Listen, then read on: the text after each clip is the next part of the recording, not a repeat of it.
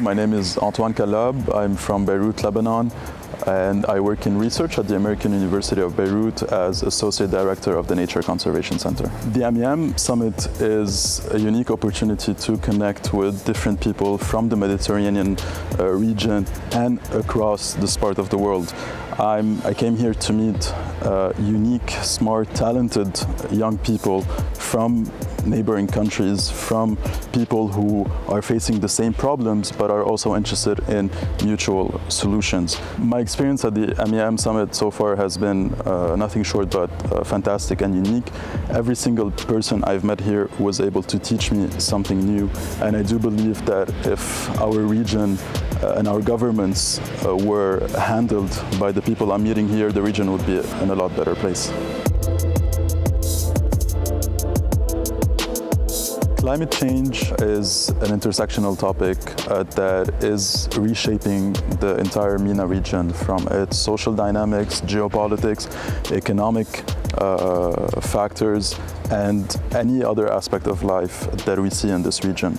It's important to look at climate change as an event that will exacerbate existing problems, inequalities, migration, conflict, and in that sense, it really shows the importance of unifying different efforts and aligning agendas in the face of such phenomena. So climate change has a multitude of impacts, starting with, of course, environmental. It is leading to a degradation of our biodiversity and natural habitat, which eventually directly affects our ability to sustain food security, access to clean water, and of course our dependence on current energy supplies. Now, from a more social and economic perspective, this also is affecting the ability for people to sustain their livelihood in the Mediterranean region, which is why we are seeing increasingly a lot more migration flows from the global south to the global north. I don't think we have the option of not using climate change as an opportunity, but only looking at it as a crisis.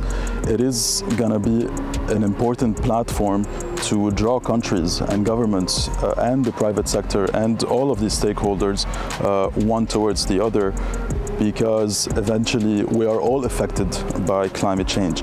And that is what is usually meant by the intersectionality of climate change, is that it is not something that is only affecting a particular category of people or particular countries. Climate change is a phenomenon that is transcending borders, and that is why it is very important to use this as an opportunity to look at it from a human security level, and instead of engaging in conflict and increasing tensions, we should use this as an opportunity to, again, make sure that we are all on the same page, using the same approach and adopting the same priorities when it comes to mitigating the risks and making sure that we maintain the livelihood across the MENA and the Mediterranean region.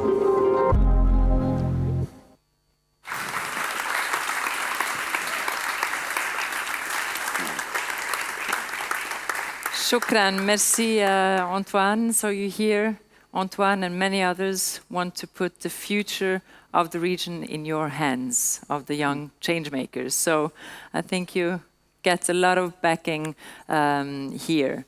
So now, with no further ado, we would like to go to the next panel, panel number 3. It's about climate change. And as always, there are challenges and opportunities. And we're very happy to welcome Alessandro Bertellotti, the reporter of Radiotelevisione Svizzera, who's gonna moderate this panel. Benvenuto, Alessandro, please. And of course, the panel will have some of our young change makers, but also some experts from the field. Up next, I would like to invite, or on the screen joining us, is Mahmoud, who's a senior fellow and director of the Climate and Water Program at the Middle East Institute in the US. Marhaba.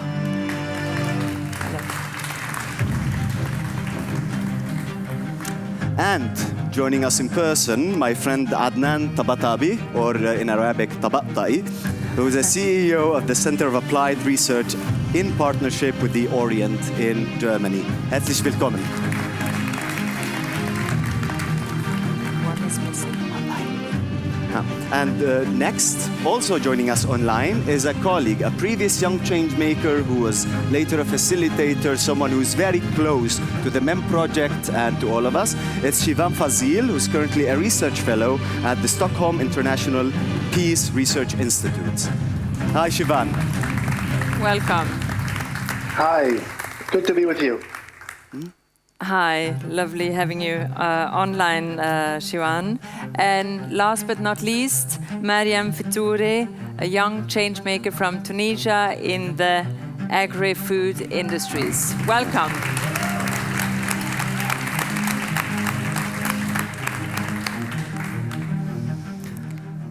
Please, the floor is yours, Alessandro. Thank you. Thank you. Good afternoon. Thanks to our guest, the video was very interesting, and I would start with Mr. Adnan Tabatabai. We heard on the video that the climate change is exacerbating some issues, some problems in different countries, and affects us all. In which way the climate change is a game changer in the Arab Gulf states, and there are differences between countries across the region, according to you? Yeah, thanks to you, thanks to the organizers, great to be here. And indeed, thank you, Antoine, for very precise wording that you chose to say that there is no option not to turn climate change related challenges into an opportunity for joint work. And the one field that I come from, so I have to say right away, I'm by no means a climate change expert or environmental scientist, but in the field work that we do, in the work of conflict prevention and mediation, through my organization CARPO, in the project that the Swiss government generously supports, we see climate change as a topic in which countries in the Gulf region, we refer to this region we refer to this region as West Asia and the Arabian Peninsula to avoid the Gulf word. Here it is a topic that, as Antoine said, climate change related challenges are imposing themselves on us. There are parts of this region that are already some months during the year simply inhabitable. There is no way that you can afford not thinking about collective efforts with regards to pollution, with regards to water management. And this requires that, apart from acknowledging that climate change is a topic that is of utmost importance, you also help political leaders in this country to operationalize this term, to specify how this work can be done together. And another key word that Antoine, we are using him as a point of reference. Very good, it was fantastic. Yeah, it was very useful, is this aspect of human security. And throughout all the dialogue work that we have done with countries in the region, the people in this region, like people in every other part of this world, want to have economic sustainability. They want their livelihoods to be, in fact, sustainable. They seek ecological sustainability, which means to have a livable habitat. And since the pandemic, health and health resilience is a key topic. And all of this relates to each other, particularly in a region, and we will speak about this, that is undergoing a huge energy transition. So all of that, we think we will have to link and to create networks of experts that then can dive into this in more detail. Talking about networks with Mohammed, Mahmoud, I'd like to understand, he was involved in the Colorado River Basin states. I'd like to understand how to deal and how to reach agreements between states across the USA to better use the water, to better deal with climate change. Water is one of the topics here at the MEM, how to deal with the lack of water, for example. So your experience and how this experience can be useful in the Mediterranean region. Certainly. First of all, thank you for having me. Happy to be there. Wish I could be there in person.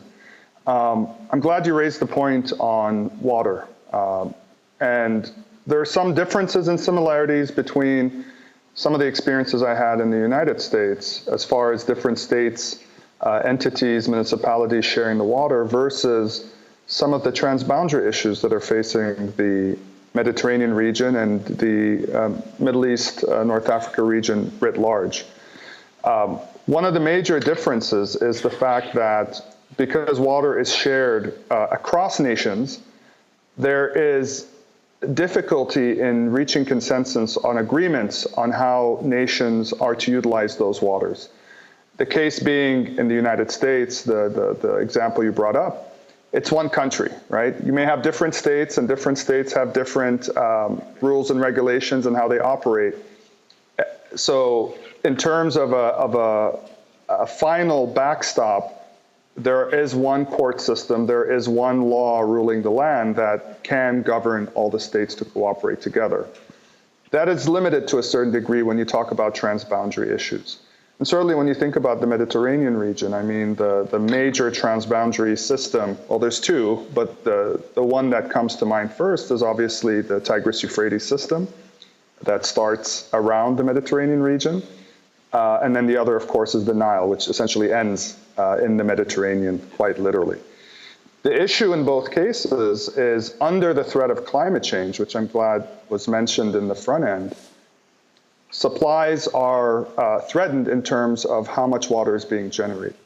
And that then translates to the availability of water between nations and causes this tension as far as how much water is available, number one, and then how much water can be used between the different nations. Because what ends up happening, absent a truly enforcing or truly governing agreement across all transboundary nations, it ends up being a zero-sum game of winners and losers. And what tends to happen is countries that are upstream will have the ability and may exercise their ability to hoard the water to a certain extent and not allow as much water as been the case under years where there is no drought to go downstream to the transboundary countries at the tail end of the system. And unfortunately, that's what we're seeing. Both in the Tigris-Euphrates system between Turkey and then downstream all the way to Iraq, and then similarly in the Nile, specifically on the Blue Nile with Ethiopia at the upstream end, and then Egypt and Sudan on the south end. We are going back to this topic because the Nile is quite popular. We all know more or less this river and the concept, but just a few people know the consequences of the climate change. We're going to elaborate this a bit later. With Shivan, Fazil, the theme of the water, the drought, and the climate change is an important topic in Iraq as well. That is your main field of study. Iraq is known a little period of peace and stability. Nevertheless, drought, climate change, and the whole system of work for farmers are definitely a problem in that country. Can you tell us what's going on and the consequences of climate change in a country like Iraq? Thank you very much, and great to be back to yet another edition of Middle East Mediterranean Summer Summit. As you have outlined, as well as my previous co-panelists highlighted, the water and climate crisis is an acute issue in the Middle East Mediterranean region. Iraq, in fact, is one of the most, or according to the UN, 5th most vulnerable country to the climate change impacts. Its vulnerability, however, is not the result of the challenges of climate change alone, but also the consequences of failed governance, as well as post-conflict reconstruction, as well as contest or tensions over sharing transboundary issues, as highlighted by my previous speakers. Upstream damming by Turkey and Iran have dented the water levels in the Tigris and Euphrates rivers and the river basin between the two rivers in the south of the country.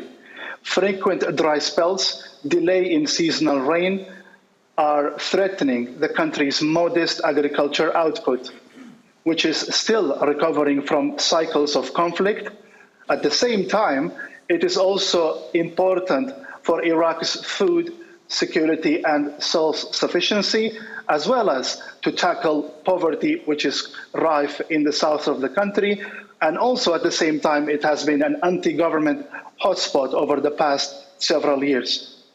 The country's dire need to diversify its economy from fossil fuel and to create jobs is also contingent upon to finding solutions posed by the climate crisis and it is ecological and environment writ large.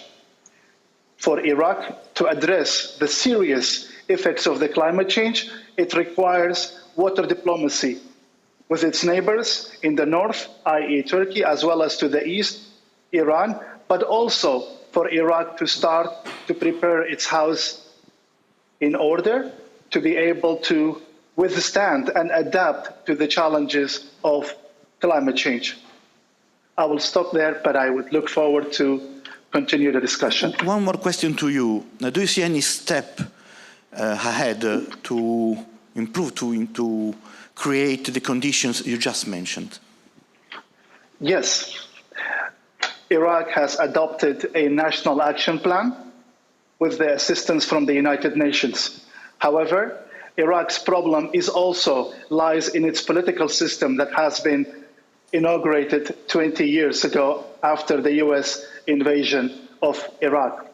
The political system in Iraq, or the constitutionalist approach to governance, impedes progress and action on various fronts, including on tackling the challenges of climate change.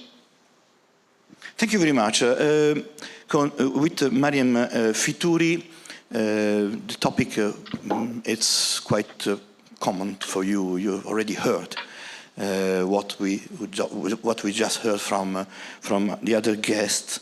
You are on the field, helping farmers and livestock farmers to cope with the consequences of climate change. Can you tell us what's your work, the daily job, the daily work on the field, and how do you deal with the local population? Okay, so first I would like to say that I'm very happy to be here. This gives me hope for the future of agriculture and climate change in Tunisia and in the MEM region. I'm an agricultural engineer. I work in Tunisia and I work with an Italian NGO. I would first like to say that I inherited the passion for the field of agriculture from my father, and he ingrained in me the dream to have a positive effect maybe one day on agriculture. And that's what I did. We found a group of people who are very passionate about this field, and we started working on a local level in local communities. So currently I'm a project coordinator with an Italian NGO working on a project called Support for Local Agriculture, Micro-Enterprise and Empowerment of Women and Youth in Tunisia. I think you can get the gist of it out of the name of the project. And so the idea of the project came from something we noticed in Ben Arous, which is one of the biggest states in Tunisia, and it's in the center of Tunisia. And we noticed that Ben Arous, which used to be an agricultural area, it was witnessing a very fast and speedy urbanization. So people were abandoning their lands, they were selling them to other people for cheap prices, and they were moving to the city. And they were doing this because of the effects of the climate change, like water scarcity, crop loss, bug infestation, which was happening at different cycles due to climate change. And this, in turn, caused two things. The first thing is, of course, the overpopulation of cities. And the second one is the gentrification of the rural communities, where they were sold for cheap, and sold by the owners for cheap, and then later sold by the new owners for very high prices. And so we noticed that, and we tried to focus our project on the three axes of sustainable development, which are social, economic, and environmental.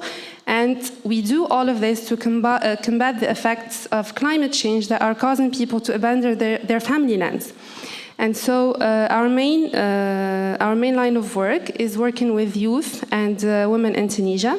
We try to empower them socially, economically, and technically through training sessions. And this training, let's say, it's an approach that promotes agroecology. We can talk about that later. And agroecology, food security, gender equality, so that at the end of the day, they can have their own micro-enterprises that allow them to keep their local know-how. We just help them make it better so that they can make a living and stay in their family farms. We spread from the local situation to the global one.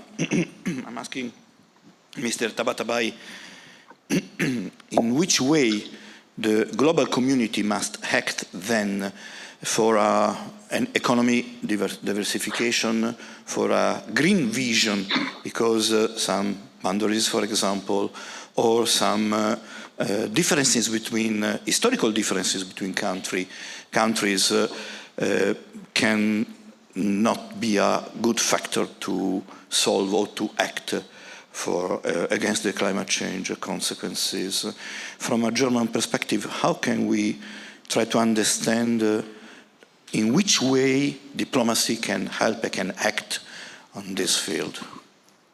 I mean, obviously, Germany, I think rightfully, views itself as a country that has pioneered a lot of the, let's say, sustainable technologies, industries, and renewable energy and all of this, and therefore is probably destined to be a partner for countries that would want to go in that direction.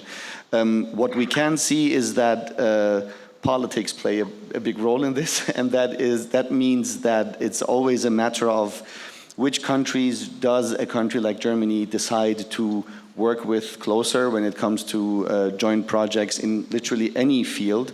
And I would use this opportunity to also say, when we speak about issues related to climate change, to environmental issues, at some point we need to depoliticize them, because ultimately what the goal of environmental projects or projects to the goal of fostering sustainability is to the benefit of people. And as a European country, Germany and other European countries should do all they can to help improving the lives of people anywhere and not be stopped by political considerations. In concrete terms, some of the environmental cooperation that is possible between Germany and, let's say, the United Arab Emirates, Saudi Arabia, or Qatar is not possible with Syria, Iran, or then to the very far east, a country like North Korea. So obviously, it's understandable that these political considerations and obstacles come into play, but we talked about cultural exchange, we talked a bit about scientific exchange. So when it comes to science, when it comes to these points, I think politics should try to be overcome in order to have this cooperation. An example involving Germany, for example, and Iran or other countries of this possible agreement and help that is being blocked by politics or by the realpolitik? Well, I mean, currently, academic exchange between Germany and Iran used to be very vibrant, has been reduced significantly after the protests of last fall, which is to some extent understandable because obviously the human rights situation is appalling. But then when you reduce academic exchange, when you in fact stop engaging those in a country like Iran that are promising young talents like the one that are gathered here, and I heard of a project which was a cooperation between universities that worked on architecture that is, I don't know whether the word is the right one that I'm using, but that to have secure building that protects its inhabitants from earthquakes. And we all know that Tehran is a city which it's unfortunately just a matter of time until a huge earthquake hits Tehran, and that may cause incredible damage. And stopping these kinds of cooperations, it's not necessarily an environmental issue, but somehow obviously also related. These are, to me, negative political steps for the wrong reason, doing the wrong thing. But yeah, that's a bit of a pity. Very good. Mohammed, Mahmoud, we were talking about the Nile. It's more or less the same situation, boundaries and difficulties between governments are blocking the possible solutions for the Nile. The delta, for example, is sinking, and the sea level of the Mediterranean Sea is rising, and the salt is affecting most of the water across the region. In which way your knowledge, your help, your know-how can be useful to at least get into the issue with the Nile, for example? Yeah, sure. The Nile is a very complicated basin and system for a number of reasons. And I think to reduce the complexity in our conversation, I'll just focus on the issues of the Nile that are most contemporary, which is mostly on the blue side to the main stem of the Nile, which has dominated the news, right? Ethiopia, Egypt, Sudan, those three transboundary countries. There's other complexities when you deal with the white portion of the Nile going into the other East African countries, but let's put those aside for now. The issues and the potential solutions that we can arrive to really center on what is important for those three particular nations. And all that really came to a forefront when Ethiopia started construction on the Grand Ethiopian Renaissance Dam, which is once complete, is going to be the largest hydropower dam in Africa. And once you realize what is important for these three countries, you begin to see why there is tension, and then maybe start to explore what the solutions could be. So clearly, from Ethiopia's perspective, the fact that they've moved forward with this Nile, hydropower is the issue of importance for them. And that's demonstrated by the fact that the dam itself is only mere miles from the border between Ethiopia and Sudan. So its primary purpose is to generate electricity, not necessarily to store water for water supply uses, because Ethiopia would not benefit from that based on the proximity. And the other token at the other extreme end for Egypt, and I'm glad you brought up the Delta, their water use is critical to support their population, not just for drinking water needs, because Egypt really does have no other supply source besides groundwater, but that's also finite and in areas mostly away from where human population is along the Nile. But the Delta is Egypt's breadbasket. It's a huge agricultural area for food production. And to just follow up on a point from our fellow panelists that brought up the food security angle, water security is food security. And sometimes when we have these conversations, we tend to skip across the water part and focus on the food part. A lot of these large meetings that address climate change tend to neglect the importance of that connection. And so for Egypt, any threat to their water supply is what's causing them to be a little bit tense, let's say. Sudan tends to get lost in the middle, and one of their primary concerns also is to a certain extent both water supply and food security. There's a huge irrigation scheme in Sudan called the Jazeera Scheme, which is just south of Khartoum, which does produce a lot of food both locally and regionally. But one of the issues that Sudan faces is floods, a lot of flooding, and this is exacerbated because of climate change, a lot of intense extreme weather that creates a lot of flooding situations that has happened quite frequently over the last number of years. So those sort of the issues that are important for those three countries. So to figure out a solution, you have to understand how can those priorities be balanced between the priorities of each country. And there's certain, I'll just touch really briefly, there's certain opportunities. So if Ethiopia is focused on hydropower generation on the energy side, Sudan can absolutely benefit from that. Sudan's energy grid is not as robust and reliable and experiences severe and regular power cuts. So there's an opportunity for an agreement there right off the bat between Ethiopia and Sudan.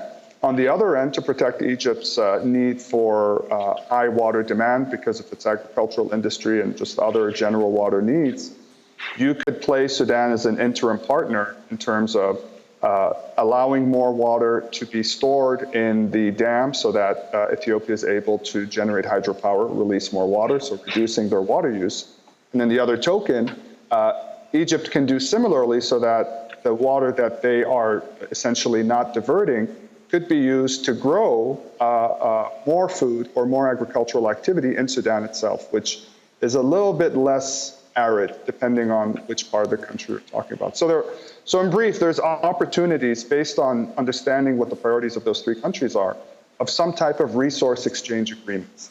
Of course, there's a lot of challenges to get to that, but I think that's where you can start the conversation of how do you address those issues. Yes, opportunities, it's an interesting word with Mr. Fazil.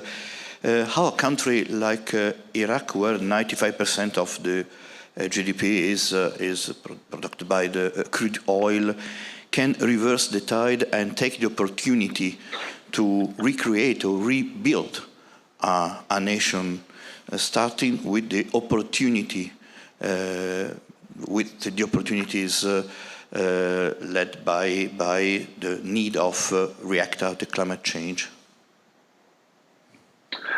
Allow me to first start to build on the remarks made by my fellow panelists. The current geopolitical configurations in the Middle East Mediterranean region, from the restoration of ties between Iran and Saudi Arabia to the normalization of relations between Turkey and other countries in the region, to the Yemen ceasefire, these are all positive confidence-building measures that can be utilized to build upon in other areas, such as climate adaptation and energy transitions. Such developments can also be a starting point to improve collaboration and potential cooperation on promoting understanding and designing transboundary cross-border projects and initiatives in the region for climate action. Now, coming back to Iraq and elsewhere in the Middle East, Mediterranean and the GCC countries. Iraq has been in talks with its neighbors, including the GCC countries, as well as with its neighbors in the east, as well as to the north, Turkey and Iran.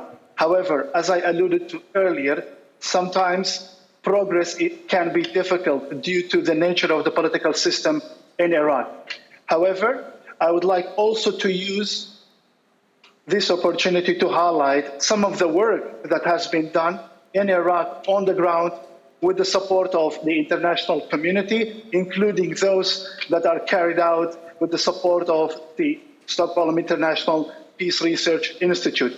For example, CIPRI has been leading community dialogues in northern Iraq, which is the breadbasket of the country, to promote understanding between different communities, as well as to incentivize communities to cooperate, to adapt to the resource competition, as well as water scarcity and the challenges posed by climate change. At the same time, CIPRI has been working with CARPO, NUPI, as well as the European Council on Foreign Relations to promote understanding, cooperation and collaboration between the different countries in the region. At the same time, CIPRI's climate security and risk team has also been producing climate security fact sheets for the UN Security Council. So put all together, there has been a lot of work, the progress remains.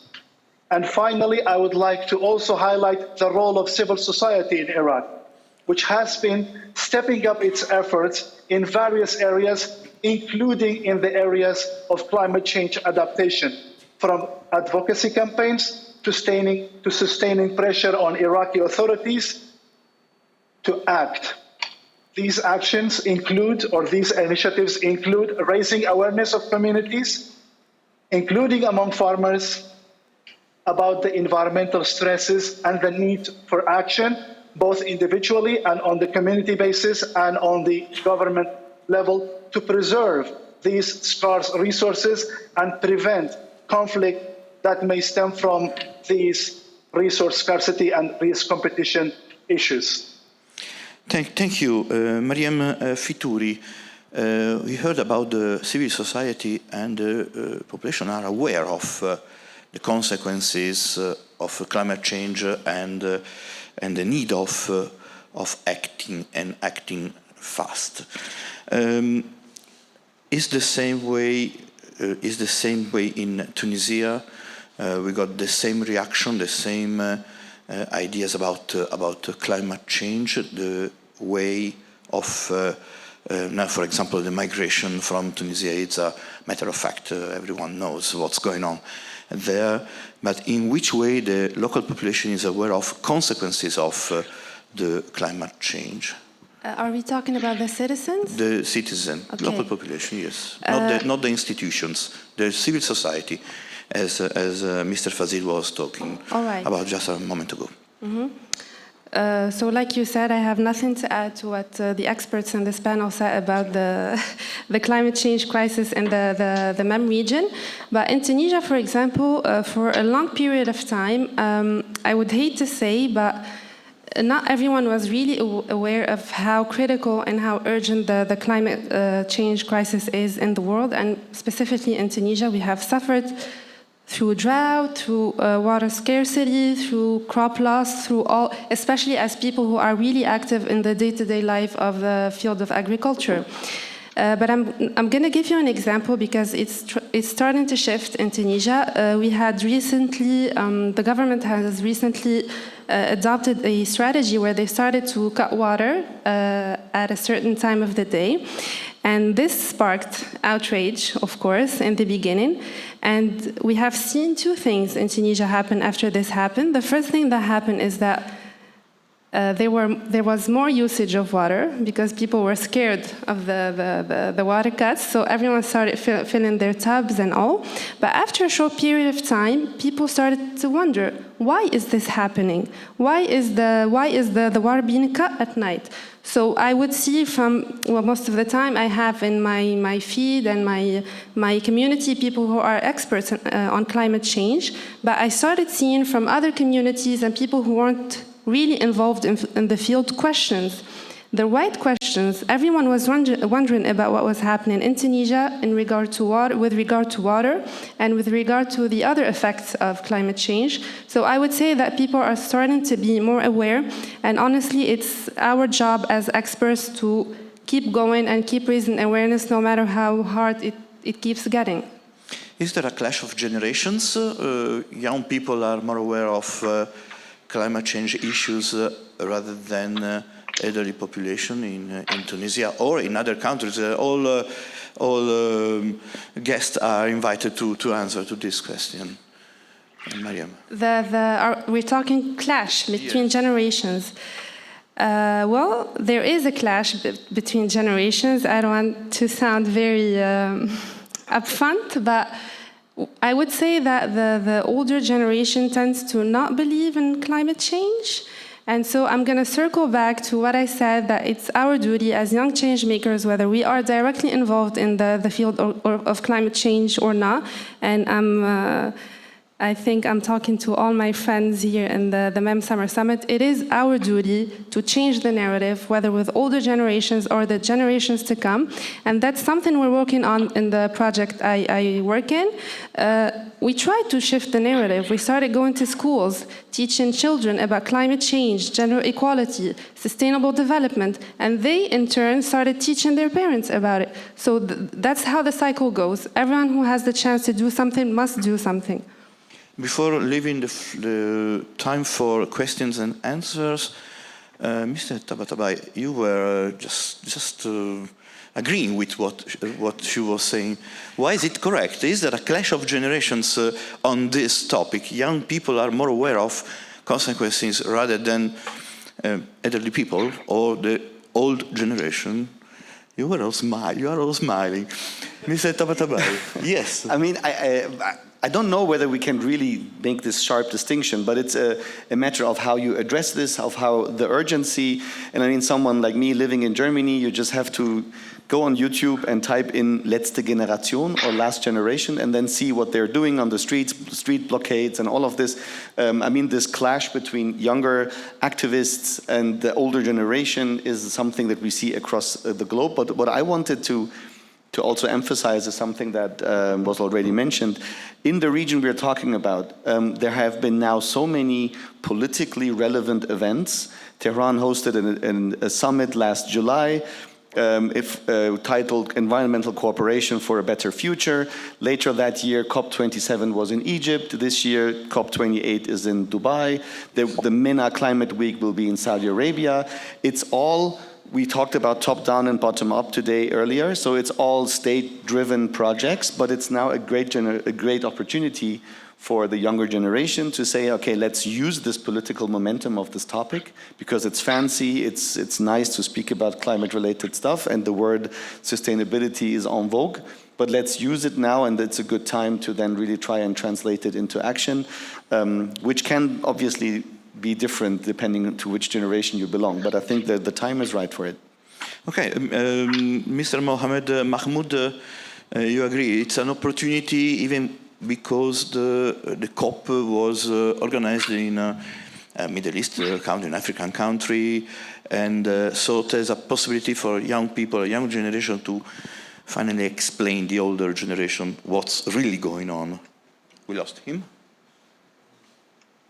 Okay, let's ask the same question to Mr. Fazil then.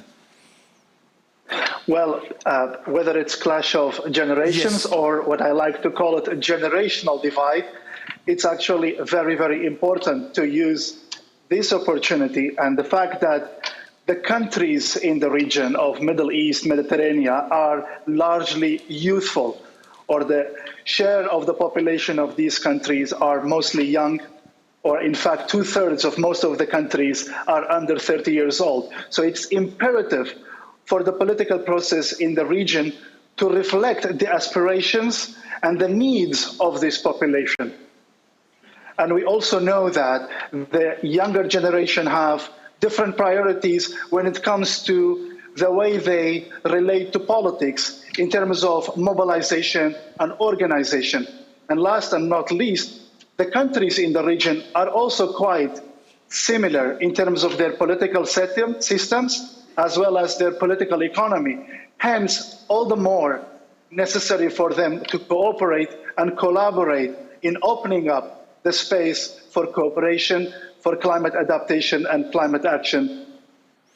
Thank you. We got Mr. Mahmoud back. In which way universities then, so the research can help to finally be more aware of what's really going on? Because scientists all agree about, all scientists agree about the need of changing and acting as soon as possible, but there's some lack of information, some lack of knowledge, some difficulties in communicate the need of acting as soon as possible, as fast as possible.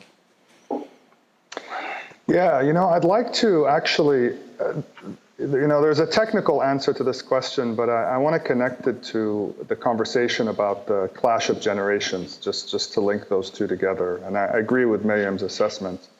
And to me, it's not so much a clash of generation as I think of what this current younger generation has sort of taken on in terms of addressing climate. And for very obvious reasons, I think younger generations now compared to older generations have inherited the consequences of sort of poor actions in mitigating what the climate crisis looks like now.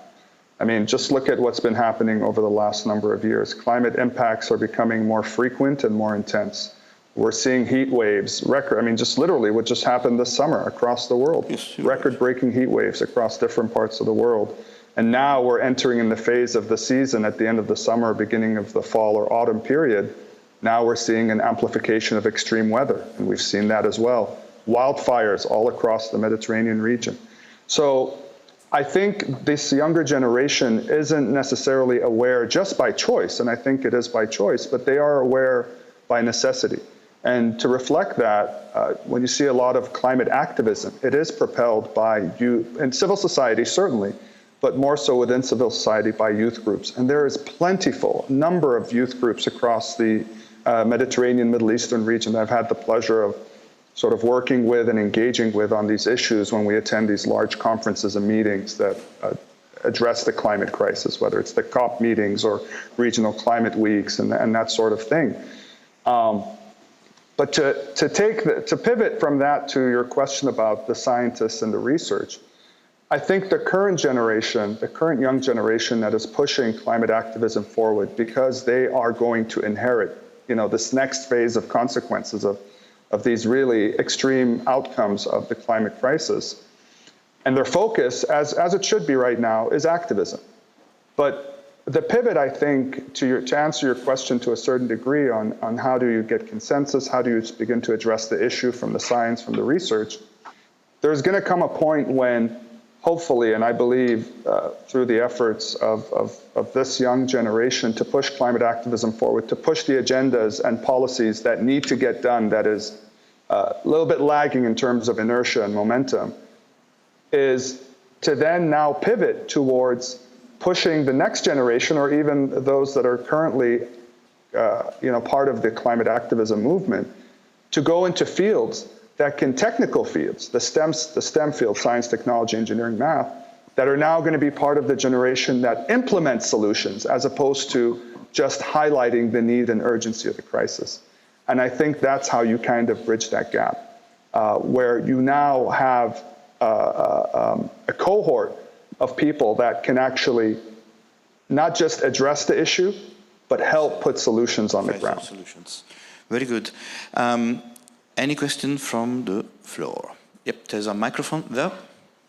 Hi, thank you. So I'd love to talk more about this divide that you talk about. So my name's Ryan, I'm Lebanese. I'm working in sustainability in the Gulf region. And I don't see a panel talking about climate change without really mentioning COP28. And when you talk about the generational divide, I want to move this concept of generational divide towards a wealth divide or a financial divide.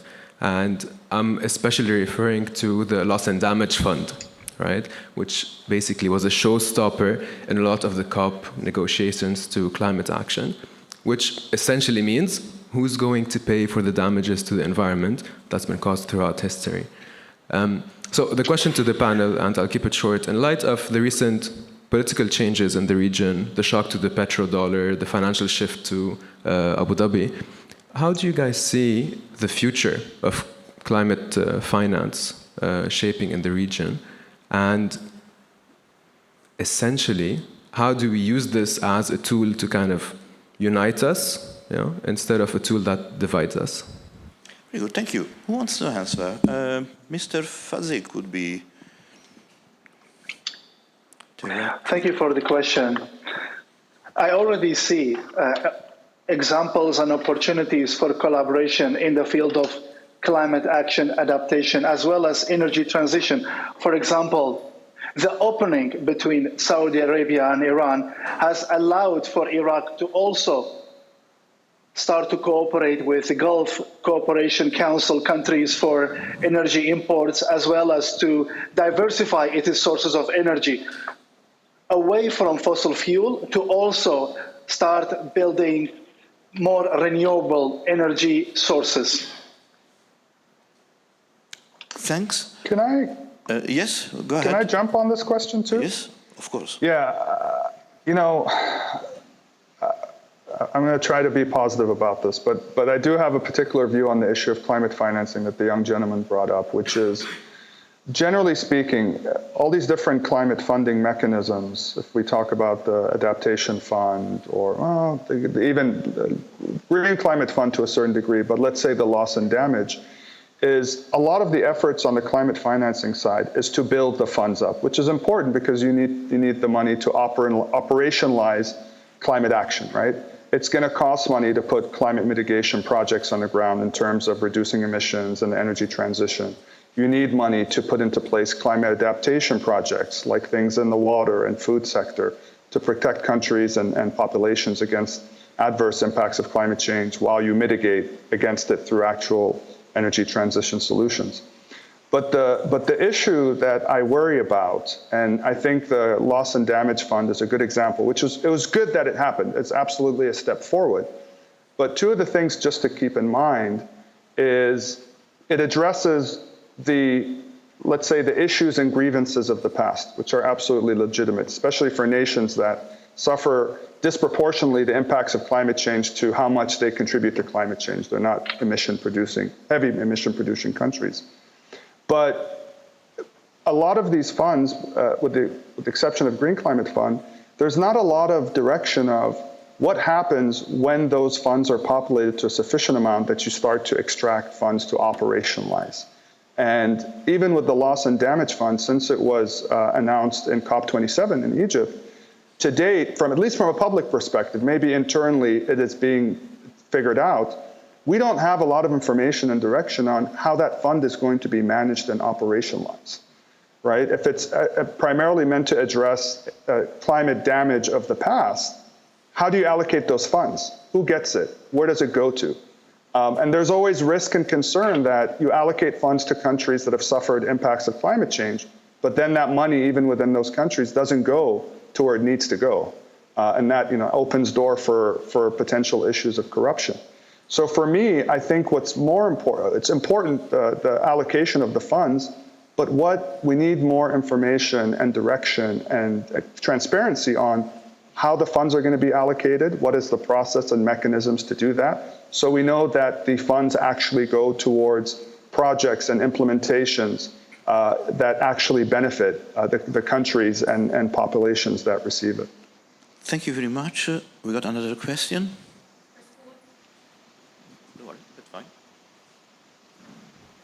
Yes. First of all, thank you very much for this interesting panel discussion. So my name is Layla Shuma from Egypt. So my question will be about Egypt, but we can apply it on other countries. So as the designated panelist mentioned, so in Egypt, Egypt is among the most affected countries with climate change.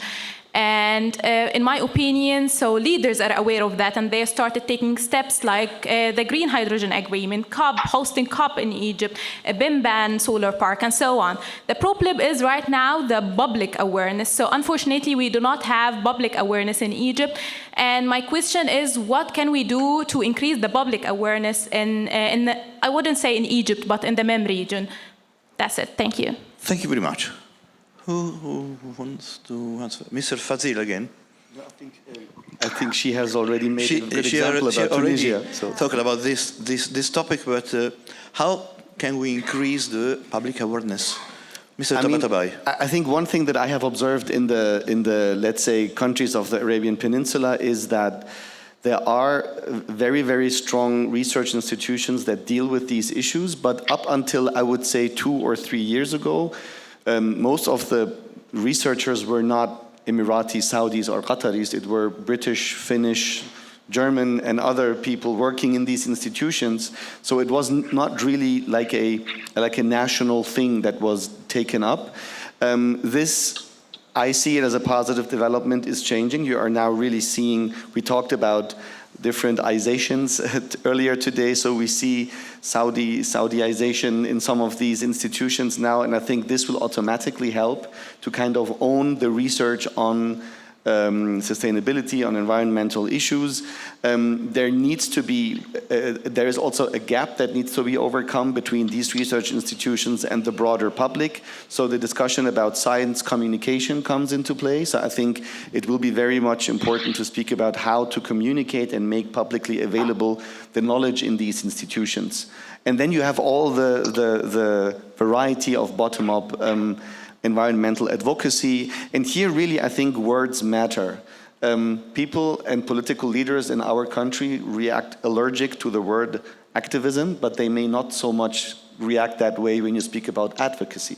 So call it environmental advocacy, and it might be a bit more conducive for political leaders to listen to you.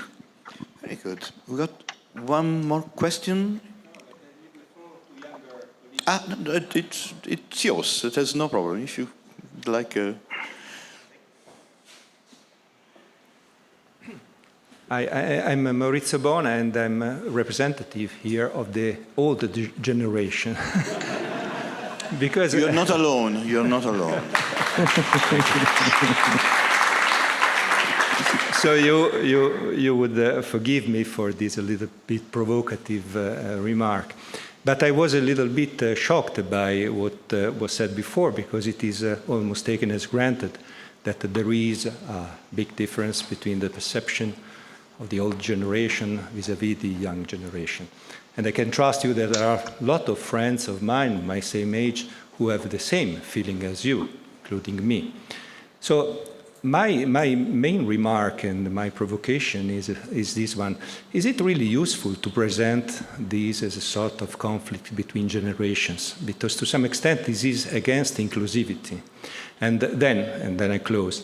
Concerning what you said before, the fact that some old people generally tend not to believe in climate changes and in the crisis. I mean, I think that it is not really a matter of believing or not. There should be something, let's say, scientific, I was going to say, but I mean, evidence related that could be brought to the attention of those who seems not to perceive the danger. So isn't it this something that should be developed further in order to avoid giving the impression that there is a conflict between generations? Thank you. Thank you very much. Yes, please. I do agree with what you're saying. I do agree that there is a lack of information regarding climate change. Like the example I just gave about Tunisia, when we had when the water was cut, no one knew what was happening. So they thought that there was like a conspiracy or something. They didn't understand that there was a solution to cut down on water loss. And I do think that everyone must be involved in the field. When I said that the older generation tends to not believe in climate change, even the people involved in agriculture. And that's what we try to do. We try to give them the facts, whether simplified facts or scientific facts, that climate change is real, it's really happening, and we all need to work together. So I do agree with the fact that we all should be involved in spreading awareness and spreading the correct scientific information about climate change. Thank you very much. I think time is up. Ms. Segantini, please. So, shukran ktir. Thank you so much, Alessandro. Wonderfully done. Distinguished panel on screen and live. Thank you so much, shukran ktir, for this very insightful discussion. It could go on and on and on, but you know, we're lucky enough to have the Summer Summit, inshallah, every year. So it's an ongoing discussion. So thank you so much to Stockholm. Thanks so much from another part. All the good. Thank you.